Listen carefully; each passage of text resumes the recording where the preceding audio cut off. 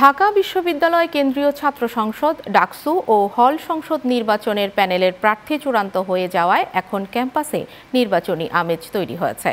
তবে প্রচারণা এখনো শুরু না হলেও ২৬ আগস্ট থেকে ভোটের দিনের ২৪ ঘন্টা আগ পর্যন্ত প্রচারণা চালানো যাবে।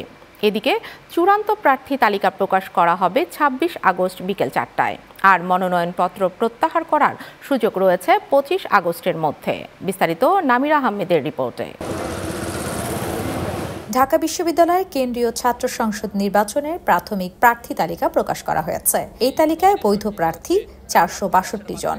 এর মধ্যে সবচেয়ে বেশি প্রার্থী ভিপি পদে ৪৮ জন, জিএস পদে ১৯ জন ও এজিএস পদে ২৮ জনের প্রার্থিতা বৈধ ঘোষণা করা হয়েছে।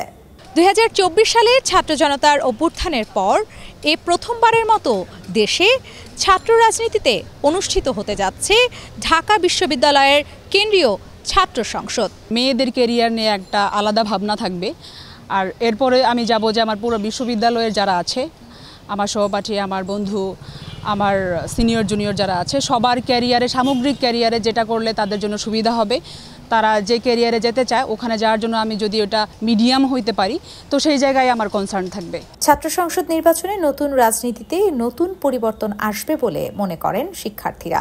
যেহেতু ৪০,০০০ শিক্ষার্থী, সেই জায়গায় আমাদের আসলে এই মাত্র ৮টা ভোট কেন্দ্র আসলে কখনোই এনাফ না, আরো বেশি দরকার। আমি যদি নির্বাচিত হয়ে আসি তাহলে হয়তো আমার একটা সামর্থ্য তৈরি হবে, আমার একটা পাওয়ার বিল্ড আপ হবে, যেটাকে ব্যবহার করে আমি হয়তো কাজগুলো করতে পারবো। সাধারণ শিক্ষার্থী সহ নির্বাচনে অংশগ্রহণকারী প্রার্থীরা জানান, প্রশাসন যদি পক্ষপাতিত্ব না করে যথাযথ ভূমিকা পালন করে তাহলে একটা অবাধ ও সুষ্ঠু নির্বাচন সম্ভব। আমাদের দাবি দাওয়া নিয়ে নামিরা আহমেদ, চ্যানেল 9।